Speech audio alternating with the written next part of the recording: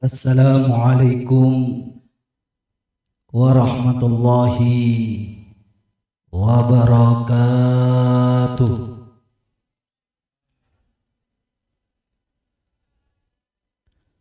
Alhamdulillah,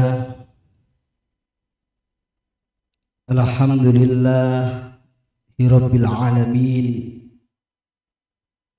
wa bihi nasta'in wa ala umuri dunya waddin. Allahumma salli ala sayyidina Muhammad wa ala alihi sayyidina Muhammad wa ala ashabihi sayyidina Muhammad wa ala dzurriyyatihi sayyidina Muhammad wa sallim tasliman katsira. Amma ba'du, yang kami muliakan, yang kami ta'zimi, Fadilatul Karim Ibnul Karim Habibuna al-A'zam al-Habib Hud Asgaf, wa kadzalik ma'ahu al-Waladul Karim Ibnul Karim Sayyid Muhammad bin Hud Asgaf mata'ana bituli hayatihi ma'asyarifah. Semoga beliau selalu dipanjangkan umurnya, disehatkan badannya, dan selalu bermanfaat di tengah-tengah umat baginda besar Muhammad sallallahu alaihi wasallam, dan kita mendapatkan keberkahannya. Amin, Allahumma amin. Yang kami muliakan, yang mulia Bapak Wakil Dekan Bapak Dr. Ermanto Fahamsyah, yang saat ini beliau bisa meluangkan waktu hadir di tengah-tengah kita. Semoga apa yang beliau lakukan untuk kita menjadi manfaat untuk kita khususnya, dan menjadi amal yang baik untuk beliau, dan semoga beliau dipanjangkan umurnya. Amin, Allahumma amin. Dan para bapak dosen, Bapak Ikhwan, Bapak Suwardi, dan yang lain yang kami tidak bisa sebut satu persatu, seluruh mahasiswa, mahasiswi Fakultas Hukum Universitas Jember yang dimuliakan oleh Allah. Yang pertama-tama, marilah kita panjatkan syukur kita kehadirat Allah Subhanahu wa ta'ala pada malam hari ini dengan guyuran hujan yang begitu deras sampai tidak kita temukan di jalan atau di tanah kecuali air. Semoga hujan ini sebagaimana doa Rasulullah SAW, sayyiban nafi'an, menjadi hujan rahmat dan merahmati kita semua. Salawat serta salam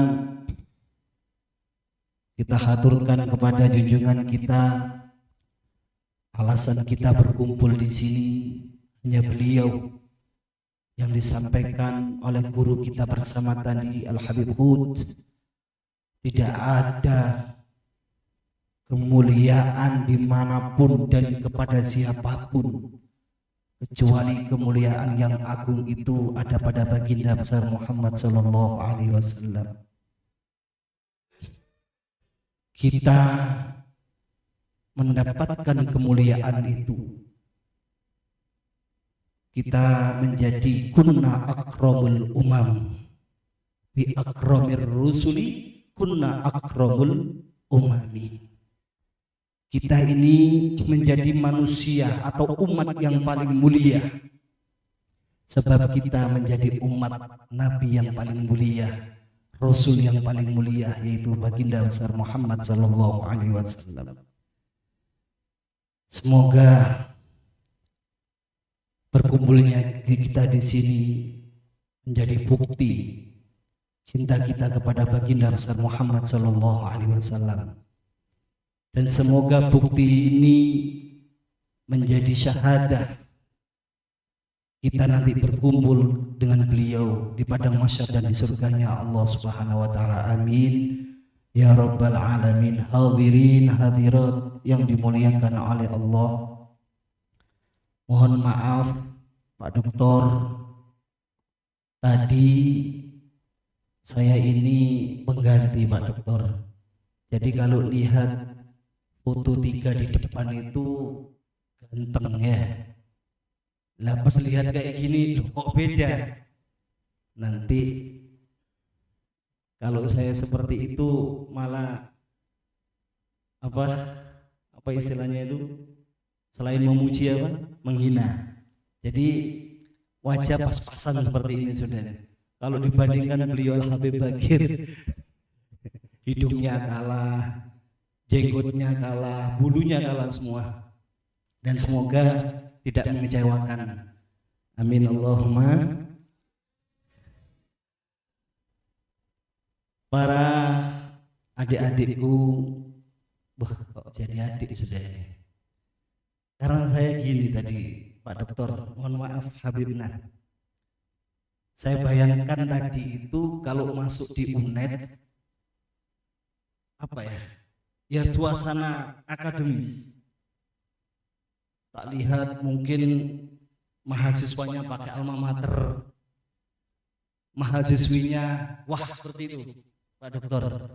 Ternyata saya masuk tadi lihat yang perempuan yali-yali. Yang di sini. Loh, kok yali-yali? Oh. Saya lihat yang sebelah kanan ini, yang laki-laki, man ana.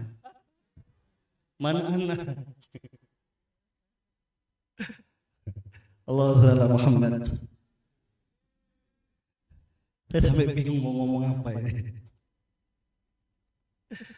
Alhamdulillah. Jadi gitu ya, biar tidak ngantuk.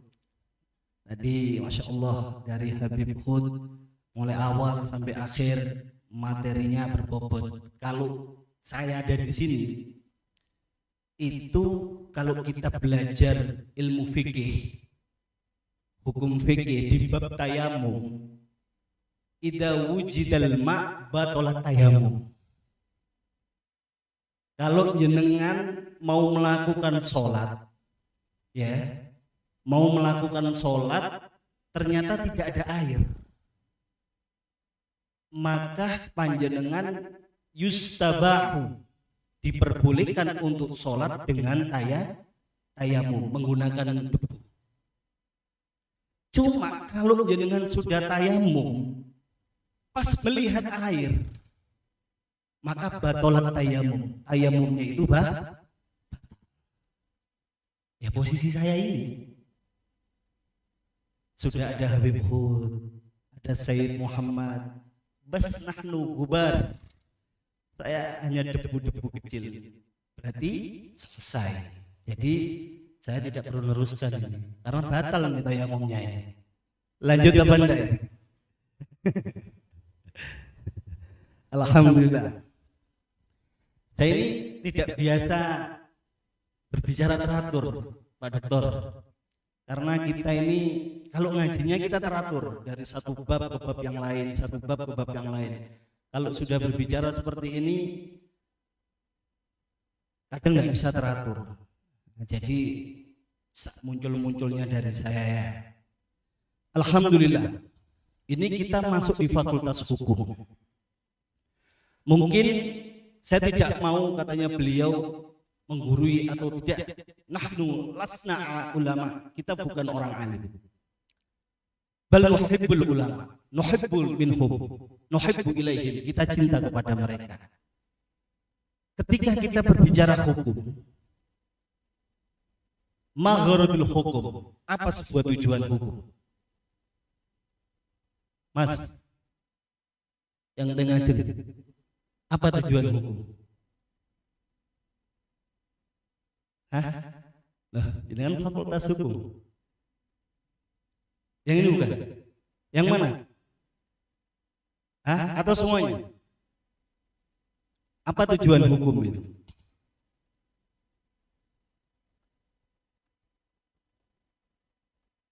Getno. Cukup tepuk tangan.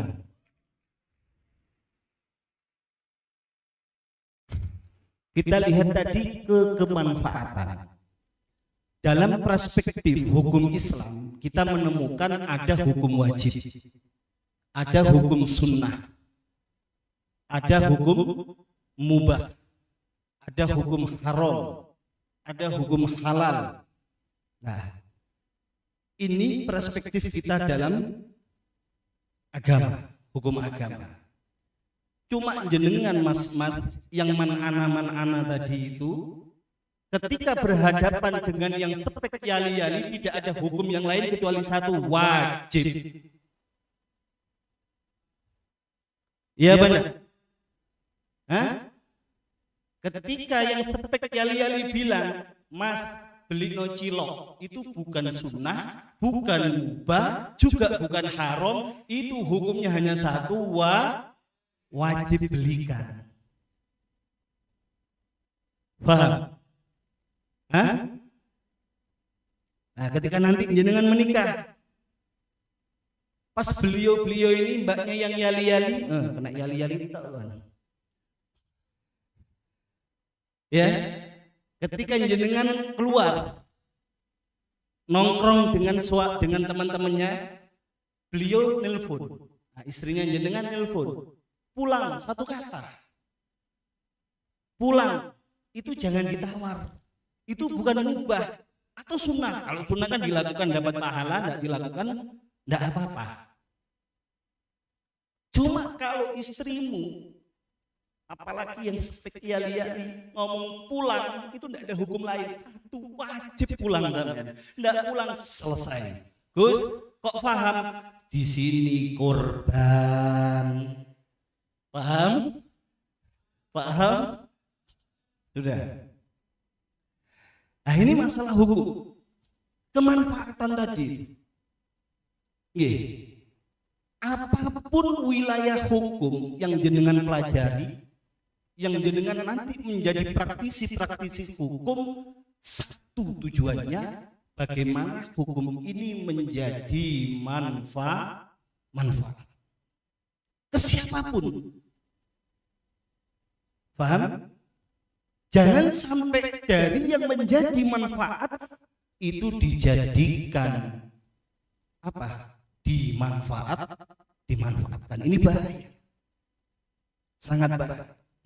Coba kita lihat bagaimana asbab nuzul dari surat Al-Mujadilah. Surat berdebat.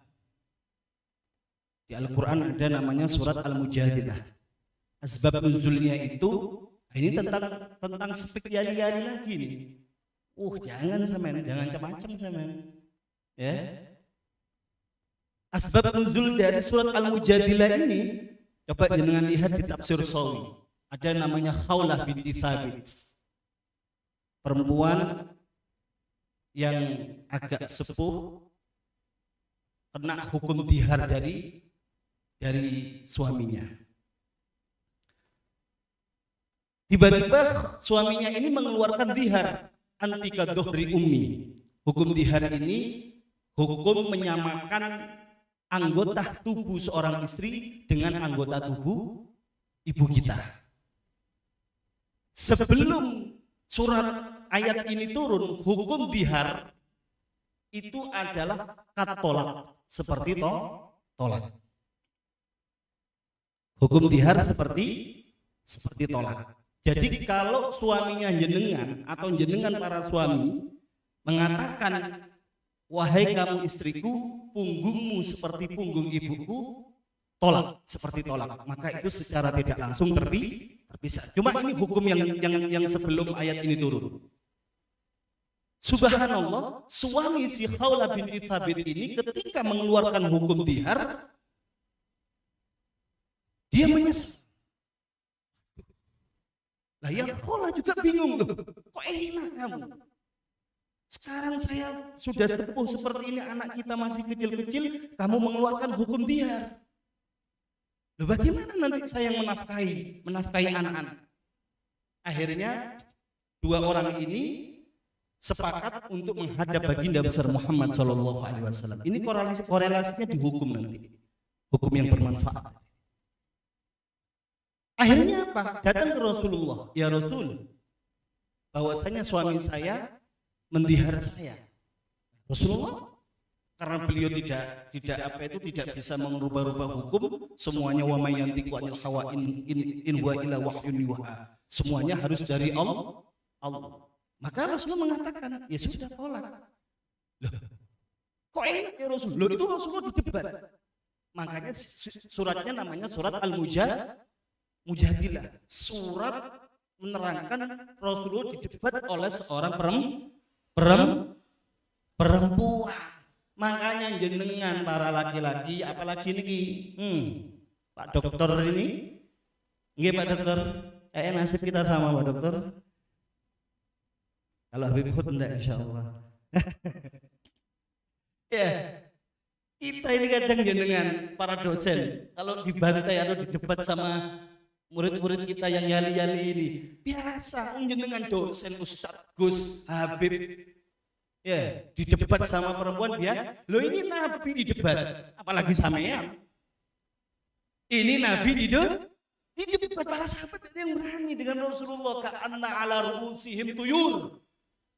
Yang laki-laki semuanya di hadapan Rasulullah itu ka'anna ala ru'usihim tuyurun. Seakan-akan di atas kepalanya para sahabat itu burung.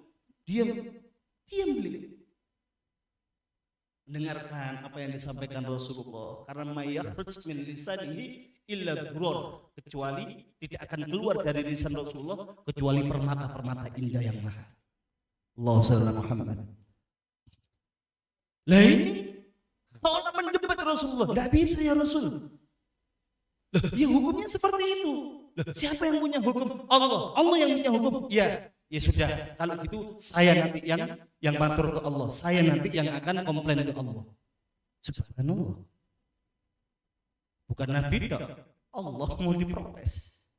Subhanallah, Khawlah ini tidak ada hari, tidak ada siang, tidak ada malam, sujud menangis meminta kepada Allah agar apa? Agar hukumnya ini jangan seperti itu, jangan tolak.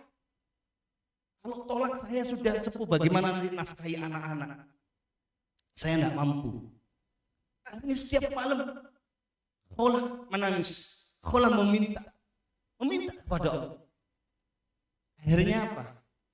Subhanallah, ayat turun yang bunyinya qad sami'allahu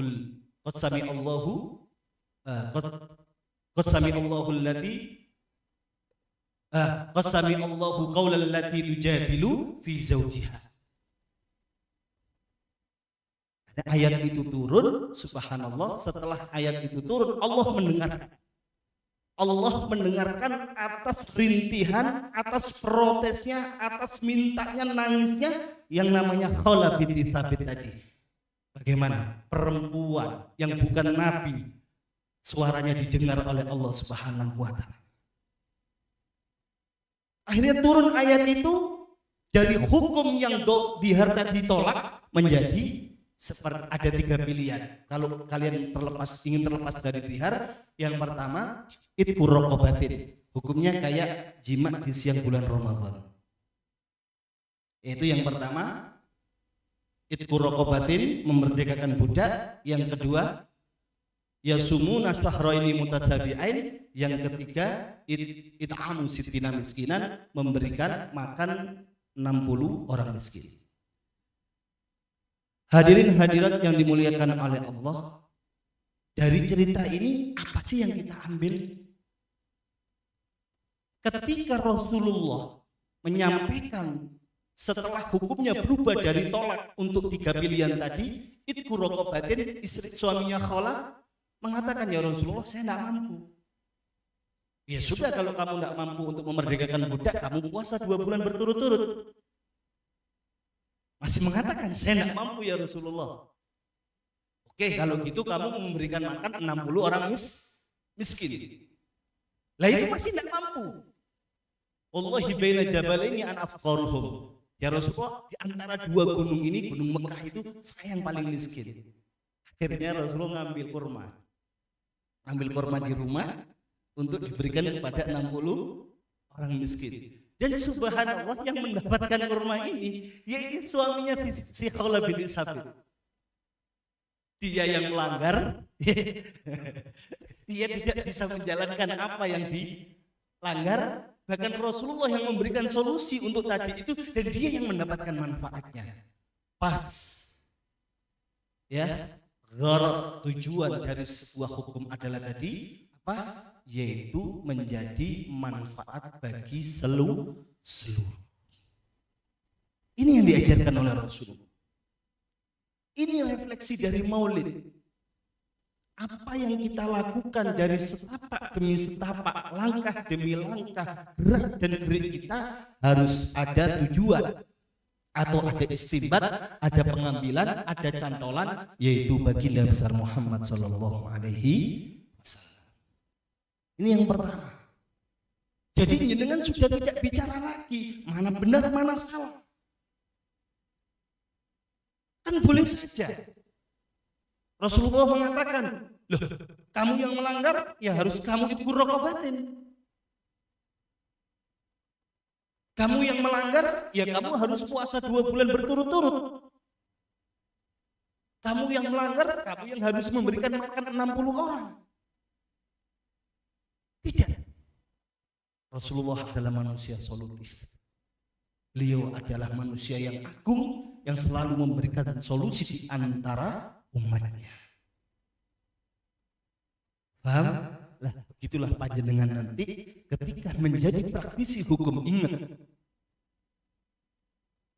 Yang terpenting adalah jenengan memberikan manfaat kepada klien-klien jenengan atau siapapun yang harus panjenengan tolong. Paham? Ini yang pertama. Ini yang pertama, ada 3 ya. Diteruskan. Janganlah. Habib Hud sudah 3 kali di sini. Saya sekali sama minta semuanya. Selesai saya tahun depan akhirnya. Allahumma Muhammad. Imam Ghazali di dalam kitabnya Ihya Ulumuddin, beliau mengatakan, Ibnu Mubarak mengutip dari perkataannya seorang alim, seorang ulama, yaitu namanya Ibnu Mubarak. Ketika jenengan sudah memahami bagaimana manfaat dari sebuah hukum, dan panjenengan mempelajari dari koridor-koridor hukum tadi itu, jenengan menjadi manusia yang alim, manusia yang berpengetahuan, mana yang salah, mana yang benar, mana yang haram, mana yang halal, mana yang baik dan mana yang buruk. Akhirnya apa? Di sini Ibnu Mubarak bertanya, Manin nas, di kitab Ihya juz 1 itu masih di awal-awal. Manin nas, siapa sih manusia itu? Yang kata beliau tadi, guru kita Habib Hud, yang kita ini manusia itu apa? Kalau badannya panas, keluar aroma tidak enak. Ayo, namanya tidak mau pakai Rexona, tak jamin sebelah sini pingsan semuanya. Saya yang di depan mungkin sama, kalau saya tidak pakai Rexona, yang paling belakang bawa kamera itu tak jamin pingsan. Nah, kan pingsan kan duduk langsung dia. Iya kan? Ketika kita panas, tubuh kita panas, mengeluarkan aroma tidak sedap. Oh, itu karena kita makan bawang, Gus. Ndak usah makan bawang. Sampean ganti, makannya itu bunga mawar, ya. Mulai nanti ini jangan makan lalapan, jangan. Ganti makan bunga mawar, minumnya campur parfum, ya. Besok sudah innalillahi wa inna ilaihi rajiun, teman. Apapun makanannya sampean pasti akan mengeluarkan aroma yang seperti itu. Itu manusia. Itu manusia. Yang dengan serangga aja kalah. Dengan serangga, paham? Lah, apa katanya Ibnu Mubarak? Mana siapa manusia itu? Wa al ulama. Dia adalah orang yang berpengetahuan. Orang yang berpengetahuan. Coba orang yang tidak berpengetahuan. Tidak ada bedanya. Dengan hewan tidak ada bedanya. Ya. Nah ini uang kok haram. Ya, ini uang haram. Karena jenengan tahu bagaimana mengetahui kalau uang ini haram.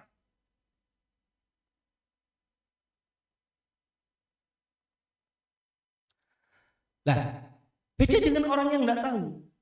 Dia tidak tahu mana yang haram, mana yang halal, tidak tahu, terjang aja. Nah, makanya yang disebut manusia itu adalah al-ulama, orang yang berpengetahuan. Alhamdulillah. Di sini insya Allah bagian menjadi hakikat dari manusia tadi. Terus beliau mengatakan lagi, dan siapa itu raja?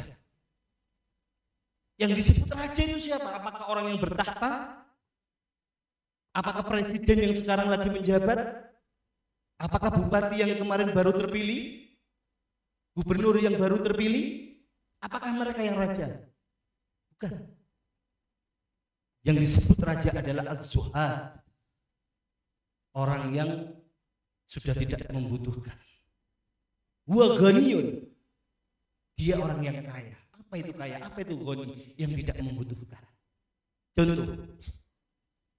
Ya, contoh.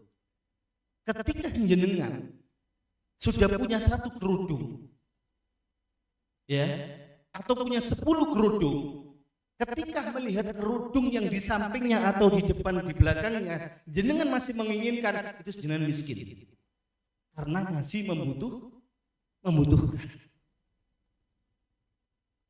Cuma meskipun jenengan punya satu kerudung, sampai tidak membutuhkan kerudung di depan, di belakang atau samping kanan kiri, itulah yang disebut orang kaya, jenengan kaya. Kaya di atas rata-rata. Orang yang zuhud secara otomatis dia tidak akan berpikir ingin memiliki apa yang mereka miliki. Sebenarnya kehidupan ini simpel. Bagi jenengan semua, apalagi Gen-Z yang saat ini, kenapa mereka banyak galau? Karena mereka selalu menginginkan apa yang bukan menjadi milik. Mereka selalu menginginkan apa yang bukan menjadi miliknya. Sudah pakai Honda Beat, masih melihat, oh kayaknya Vespa oke. Sudah pakai Vespa, kayaknya Brio lah. Kalau ke kampus agak keren kayak naik Brio. Sudah pakai Brio dan seterusnya dan seterusnya. Oke. Nah, jadi tadi itu Maninas mereka adalah al-ulama. Nah ini karena saya sudah dapat teguran, tidak bisa panjang lebar lagi. Terakhir yang ingin saya sampaikan.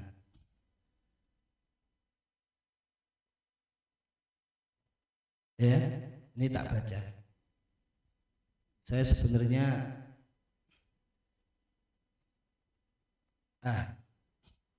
ini satu materi terakhir. Yaitu ada hadis yang mungkin banyak anak santri yang paham. Rasulullah SAW bersabda, al-kayyisu man dana nafsahu wa amila liman ba'dal maut. Karena di sini tadi bagaimana kita menjadi manusia yang cerdas yang akan datang Apa sih yang cerdas? Apa itu cerdas yang dikatakan Rasulullah? Al-Qayyis. Mereka yang cerdas itu adalah mandana nafsahu, yang selalu berhitung, yang selalu memberikan hitungan ini memberikan manfaat atau tidak. Mandana nafsahu wa amila lima ba'dal maut. Apa yang dia lakukan ini memberikan manfaat atau tidak setelah mati. Oke, kita sepakati. Al-maut final. Mati adalah sebuah final. Mati adalah sebuah final. Jenengan yang ada di sini pasti punya masa final, yaitu ketika jenengan sudah diwisuda, ketika jenengan sudah mendapatkan setelah S1 atau jenengan lanjut dari S1 ke S2, nah ini menjadi final. Maka apa yang jenengan lakukan, yang harus jenengan lakukan, yang harus jenengan pikirkan, apa manfaatnya ketika saya selesai S1? Itu orang yang cerdas. Bukan jenengan sekarang, nanti wes. Loh, kamu semester berapa? Semester 8, gampang. Kan masih ada berapa semester? Ada berapa semester? Semoga di Fakultas Hukum cuma hanya 8 semesternya ini. Jangan sampai 12 sampai berapa 14 ini. Selesai namanya. Ya. Nah, jadi harus berpikir. Ketika samen sekarang ada di sekarang ini, samen harus berpikir mana yang final. Setelah final samen menjadi apa? Setelah S1 samen menjadi apa? Setelah S2 samen menjadi apa? Apa yang samen kontribusinya dengan apa? Manfaatnya apa? Lah ini sekarang. Sekarang yang harus jenengan pikirkan, bukan nanti. Nanti setelah S1 dipikir nanti. Lah, bukan. Sekarang tentukan ketika jenengan belajar dengan baik, dengan memanfaatkan waktu belajar dengan baik, maka secara otomatis setelah final samen akan mendapatkan nilai yang sempurna, nilai yang perfect, menjadi manfaat atau praktisi hukum yang bermanfaat di kalangan masyarakat. Amin Allahumma amin. Sebelum terakhir, saya mohon maaf tidak menyebut Ashabul Hadroh. Tadi yang pertama Ashabul Muhyi, ini dari nulis. Saya kasih tahu ya, Ashabul Muhyi itu terbentuk hari Jumat, setelah Jumatan. Ya, di dalamnya Ra'abdu. Itu sekitar tahun 2016. Dan yang bentuk Ashabul Muhyi ini yang ada di depan kalian, sama Gus Iqbal Fatoni. Semoga manfaat kalian semuanya. Nah, juga terima kasih kepada majelis Al-Habsyi. Alhamdulillah, semoga kalian menjadi orang yang selalu mendapatkan kerinduan Rasulullah SAW. Hadirin hadirat yang dimuliakan oleh Allah, lakukan apa yang kalian ingin lakukan, terserah, karena waktu dan tempat dan kesempatan hanya milik kalian. Cuma ingat, ketika kalian ingin melakukan apapun, apa manfaat dari yang kalian lakukan di kemudian hari. Ketika kalian memilih apa yang kamu lakukan memberikan kontribusi manfaat yang besar di kemudian hari, ingat, kalian adalah orang-orang yang ditunggu di masa depannya, memberikan manfaat yang besar dan memberikan kebahagiaan di kedua mata orang tua kalian. Semoga kita menjadi anak yang soleh, anak yang memberikan kebanggaan kepada kedua orang tua kita. Dan juga kita adalah umat yang selalu diagung-agungkan oleh baginda besar, yang dirindu-rindukan oleh Rasulullah SAW. Bersinar terang cahaya, merasuk iman di dada, syafaatmu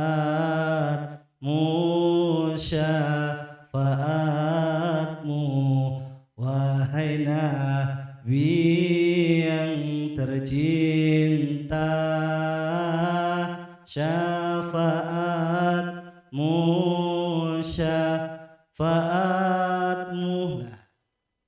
akan bersinar terang ketika Fakultas Hukum dibuat bersolawat insya Allah masa depan kalian akan terang. Amin Allahumma amin. Mungkin ini yang bisa saya sampaikan, kurang lebihnya wabil khusus kepada Habibna Al-Habib Khud, natlubu afwa minkum ya Habib, aksar nuqsan minna wa antumul kathir fi manfa'ah wal faidah insyaallah. Natlubu afwa minkum, kurang lebihnya saya mohon maaf kepada Bapak Dewan, Bapak dosen kok Bapak Dewan, kepada Bapak Dekan. Semoga apa yang sedikit saya sampaikan ini memberikan pencerahan dan menjadikan motivasi untuk saya sendiri khususnya dan kepada kalian umumnya. Wa dumtum ala khairin wal afiyah wal barakah. Wassalamualaikum warahmatullahi wabarakatuh.